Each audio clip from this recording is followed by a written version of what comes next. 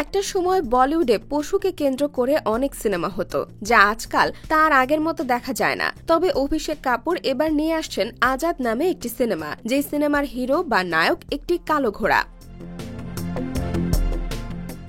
জানা গেছে 17 জানুয়ারি মুক্তি পেতে যাওয়া সিনেমাটির গল্প ভারতে প্রাক স্বাধীনতার পটভূমিতে আজাদ নামের ঘোড়াকে নিয়ে। অজয় দেবগনের ভাগ্নে আমান দেবগন এবং রবিনা টন্ডনের মেয়ে রাশা থাডানির বলিউড অভিষেক এই সিনেমা দিয়েই হতে চলেছে। তবে সিনেমার অন্য মূল দুই চরিত্রে দেখা যাবে অজয় দেবগন আর ডায়না পেন্টিকে। গেল সোমবার মুম্বাইয়ের মেহবুব স্টুডিওতে ছিল আজাদের ট্রেলার মুক্তির অনুষ্ঠান। সেখানে অজয় দেবগন, ডায়ানা পেন্টি, আমান দেবগন, রাশা থাডানি, পরিচালক অভিষেক কাপুর সহ অনেকে উপস্থিত ছিলেন। তবে অনুষ্ঠানে আসল তারকা ছিল কালো রঙের সেই ঘোড়াটি।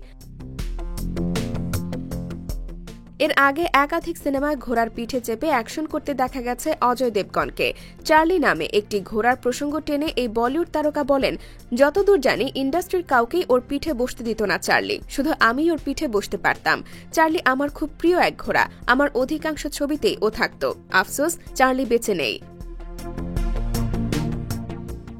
IBTV USA, new York.